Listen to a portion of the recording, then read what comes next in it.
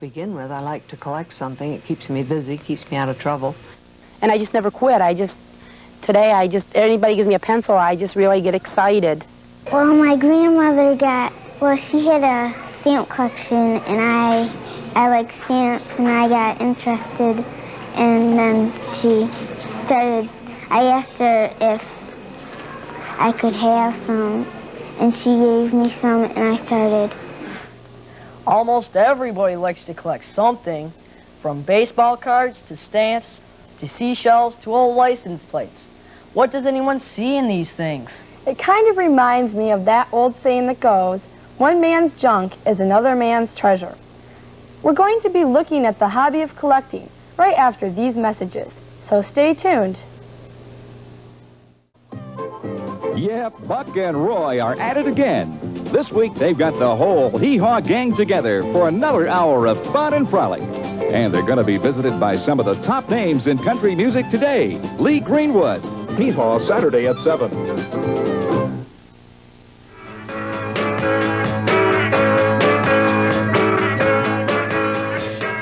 In nature, many types of animals are collectors by instinct. Bees gather pollen from flowers, and squirrels gather nuts and acorns for their winter diet. But what makes people want to collect things? One reason is for money. Some people start collections of antiques or rare objects to keep for their value. But for most of us, the best reason for starting a collection is just for the fun of it. The first collector we're going to meet today doesn't collect anything unusual or expensive. In fact, I think you'll be surprised at how simple her collection is. Oh, you got me a pencil. Atlantic City. Oh, it's got a slot machine on it. That's neat. Thank you. Friends of Margaret Grannis often return from their vacations with a pencil for Margaret. She's always glad to add another one to her collection, which is currently at 2,000 and still counting. Why pencils? When I was in the 5th grade, our teacher had us start a collection. We had to have 50 of whatever item that we were collecting. So with a lot of thought, my mother and father didn't have a lot of money. I had to use something that wasn't real expensive. So my uncle said he had a lot of pencils, so I started collecting pencils. These brightly decorated boxes were custom made for storing Margaret's large collection. It might seem difficult to keep track of them all, but she's developed her own system of cataloging them. Each time I get a pencil, I take first and look into my book and make sure that I don't have it already listed in my book. And then after I get maybe 15 or 20, I sew them onto cardboards with a yarn so that they are permanently on there. I list them in order by the very first letter on the cardboard so that I can find in the future. Take, for instance, let's take this one, Had a Fat Time in Minnesota. I go through, I see it's on the PP board, so I come through here until I find my PPP board, and right here I find Had a Fat Time in Minnesota. One that sticks out in my mind that I really like is the one with the aspirin in it. It's from the Ford factory built. What's that name? This pencil has aspirin in it, and it contains for relief of simple headaches, and it even tells the dosage. Adults 1 to 2 tablets, children over 12, 1 tablet. Margaret also has a card of pencils with the names of all the foster children she's cared for over the years. She's got a pencil for each of the NFL teams. She's got cartoon characters and pencils that aren't quite straight. Which ones mean the most to her? I have several pencils that my children have made for me. One pencil that sticks out in my mind, my little boy saw an acorn. He wanted to make me an acorn man. So my husband drilled a hole in the bottom, and we put it on top of the pencil, and he decorated it with a little hat and sequins for the eyes. I've got some with flags on that the children made in Sunday school for me. Anything at all, when the kids make them, they're more special. My greatest wish was always that I could get a pencil from one of the presidents. I tried once, but never got an answer back. In order to be really considered a collection, and not just a jumble of objects. All the parts of the collection have to have something in common, like Margaret's collection, which was all pencils. But our next collector has a real variety of objects in his collection. It includes a lamp, books, plates, puzzles, and even some clothing. What do all these things have in common? Let's take a look. Who else but a coin collector would be interested in saving a penny from each year that's gone by? The answer to that question is a Lincoln collector. Abraham Lincoln has gone down in history as one of our most well-remembered presidents, and his face can be recognized in many different places today. But the owner of this collection has a rather obvious reason for his interest in Honest Abe. When J. Cross slips into the wearable part of his collection, he becomes Mr. Lincoln.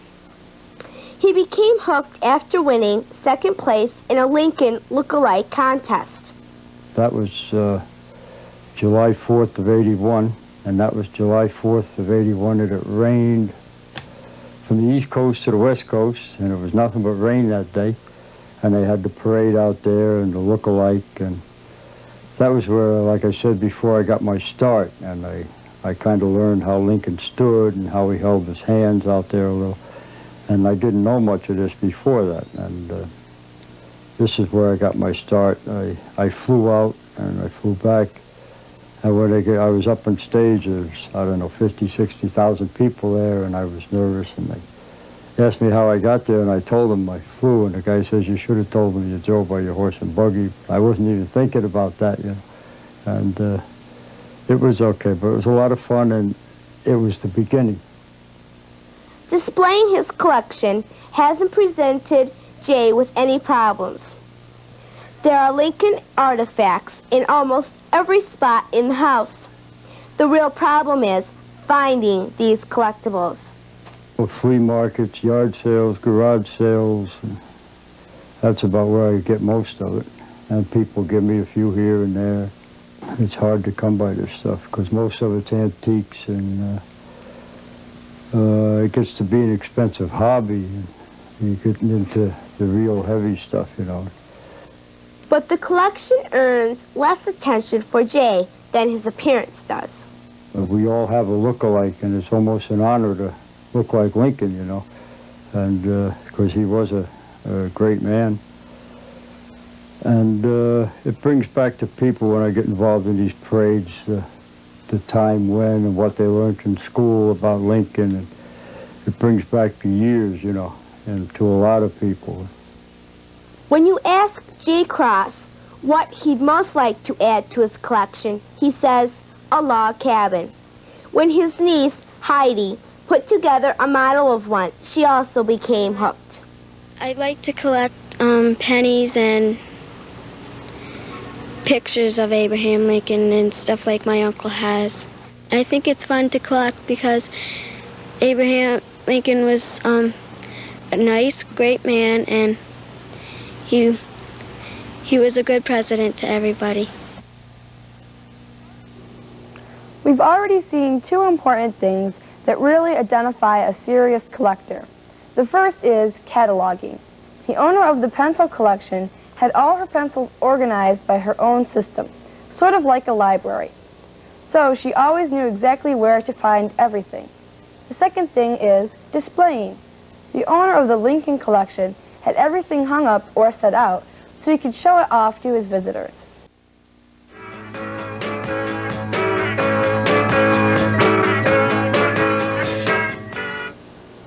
Nobody just wakes up one morning and decides to start collecting something that day. So what does make a collector get started? The owner of the Lincoln collection was inspired when he first grew a beard and his friends noticed how much he looked like our 16th president. Our next collector is a musician whose collection got its start when he found that he just couldn't get enough of the instrument he loves to play.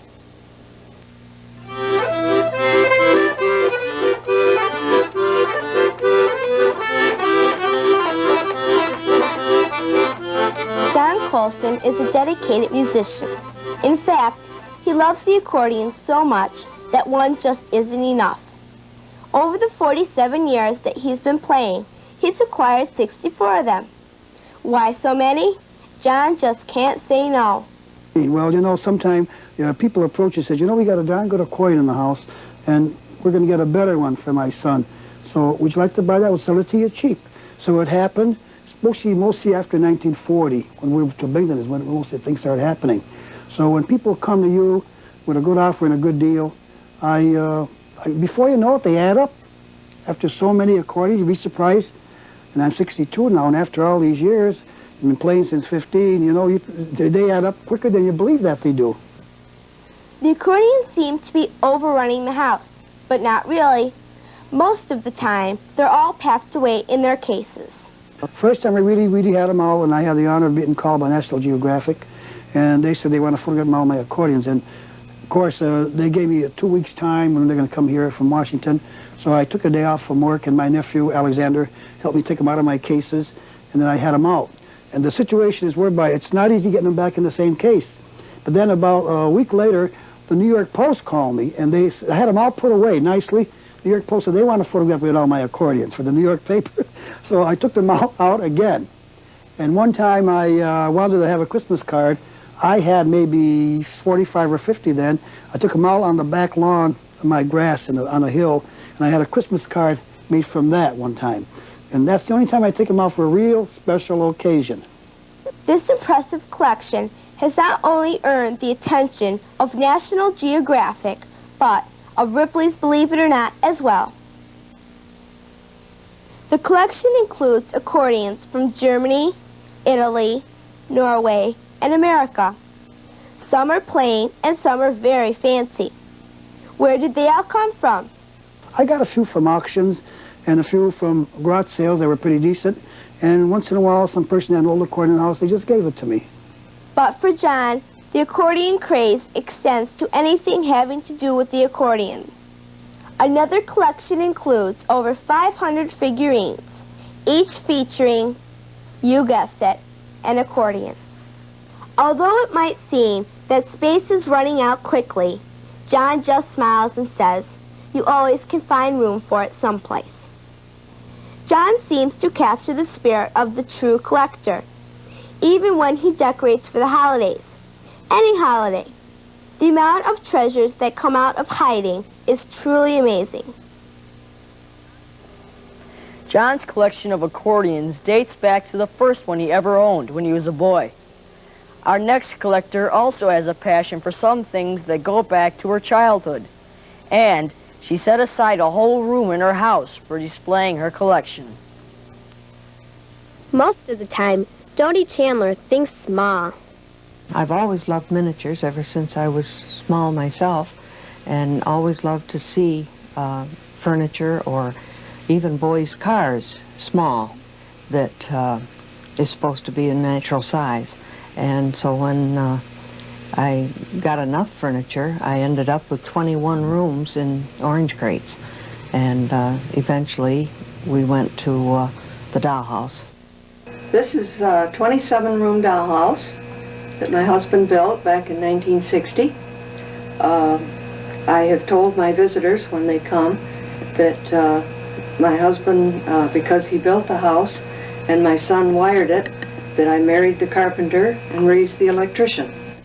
Collecting miniature furniture has also led Dodie into doll collecting. This room in her basement houses over 100 of her dolls. When I first moved into this house, I told the boys, I have 4 sons, I told them all I wanted was this corner of this room. I said, I'll have all the dollhouse in that one corner, and was going to let them have the other part of the room for their ping pong table. But it wasn't long. Mother was stretching out further and further. They never got the room. I used the whole room for my dolls and my dollhouse. Many of Dodie's dolls are familiar characters, from The Wizard of Oz to Scarlett O'Hara and Rhett Butler. There are modern dolls and dolls that are nearly 100 years old.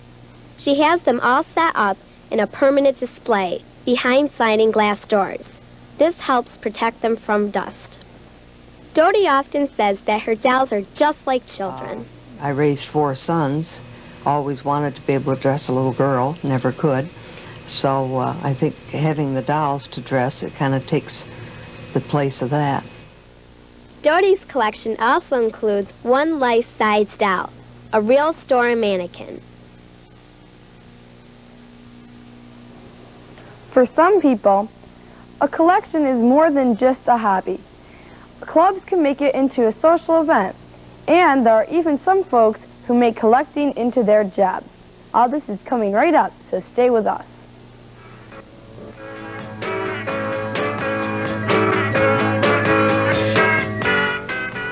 If you collect anything yourself, you probably enjoy talking to other collectors who are interested in the same thing that you are. One way to meet other collectors and learn more about the things you collect is to join a club, like the one we're going to see next. If you think pasting stamps into an album seems like a lonely hobby, guess again. These kids at Owego Elementary School all belong to a local chapter of the Benjamin Franklin Stamp Club, which is sponsored by the United States Postal Service. How did their collections get started? Well, I went, in 2nd grade, I went to the Owego Post Office for a field trip. And I think that night, my dad got his collection out, and I looked at him, and I wanted to start collecting stamps. The big advantage to being in a club with other collectors is the chance to help each other and to trade. Stamps are an easy kind of collection to display. They're fastened in albums where they can be seen easily. Collectors have a special kind of fastener, which lets them remove the stamps easily later on. Show me how you put your stamp into the album. Here's the stamp, and then the stamp's right on the page with it, too. Okay, in black and white? Yes. Yeah, okay. So, you fold it down a little bit so it's down like that. What is this thing? It's a hinge. A hinge, okay. And you lift this little tab right here, and then you, like whatever way the stamp is facing, you gotta put it on and press faster or else it'll get curled up. Okay. And then you lick the back of it. Okay. And then you stick it on. Then, when it's on a lot better, and whenever you want to see it in color, you can see it in color, or when you want to see in black and white, you can see it in black and white. Like most collectors, the kids all have their favorite stamps. Well, it's a butterfly, and it's like a bright yellow, and it has black spots on it. And see, it's really pretty. There's one that I like that is about stamp collecting. Eleanor Ernest is the advisor of the Stamp Club. The attraction, I feel, for children is this is actually a hobby that doesn't cost any money because they can use canceled stamps. And, of course, there's lots of those around. All you have to do is ask if you can have them. And, you know, you don't need a formal album, actually. You can just use a 3-ring binder and some notebook paper, and you can get started that way, and they love them. Because there are thousands of different stamps from every country, many collectors like to specialize. For example, collecting only stamps of animals, or sports, or another favorite subject. Stamps are perhaps one of the easiest and most popular things to collect. If you're a stamp collector, you might be interested in starting a stamp club at your school. First, gather together a group of collectors who are also interested. Then, enlist one of your favorite teachers to act as club sponsor and get the approval of your principal. If you find that you're really hooked on collecting, maybe you'll want to make a career out of it. Museums all across the country have people working for them who take care of the museum's collection and organize displays and exhibits. Because part of the museum's job is to see that its collections last as long as possible, they store these objects very carefully. Here's a look at how the Robertson Center in Binghamton, New York, cares for its collections. You've probably seen the objects in glass cases and the paintings hung on gallery walls that most museums hold, but this is a part of a museum that the public never sees. It's the vault of the Robertson Center in Binghamton, New York, a place where treasures are stored when they're not on display. Curator George Tomko explains how these paintings are stored. This is a pair of paintings by an artist from the region. Her name was Susan Waters. This is Mr. and Mrs. Royce. I show you these paintings to give you some idea of the way in which these art objects are handled. You'll notice that they're not just leaning against the wall. Each of these objects, and all of our paintings and all of our drawings, are hung on individually on these sliding screens. In addition to this, we try to keep in the area of storage a constant temperature and a constant humidity for all of the objects, not just the paintings, but tapestries and baskets, whatever is in the collection, metal objects as well. How are displays and exhibits created? Well, once we have the idea and we know the kind of exhibit, it can be either simple or it can be complex. If it's a small exhibition, let's say of paintings, it's just a matter of measuring and deciding where each particular picture should go. But we also have at the Robertson an exhibition staff. Now when we have a big exhibition like we have right now, we sit down and we discuss all the objects that will be in this particular gallery. We have designs and we have planning stages, and we will even make models. Why are museum collections important? They're important because it's our heritage, and without it, we lose really the sense of where we've been, of our past. And our responsibility as a museum is that it's not just for now, but it's for the people that will come in generations after, to see what has been created. And again, we have to preserve this.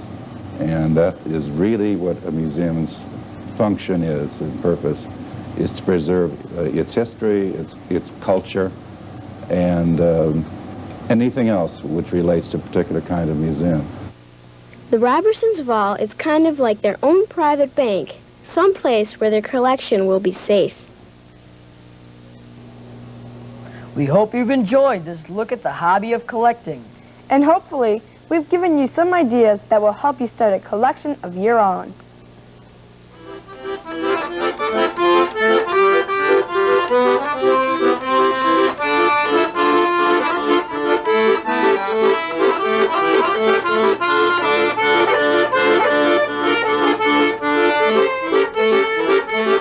Action News, tonight at 11. Depend on it.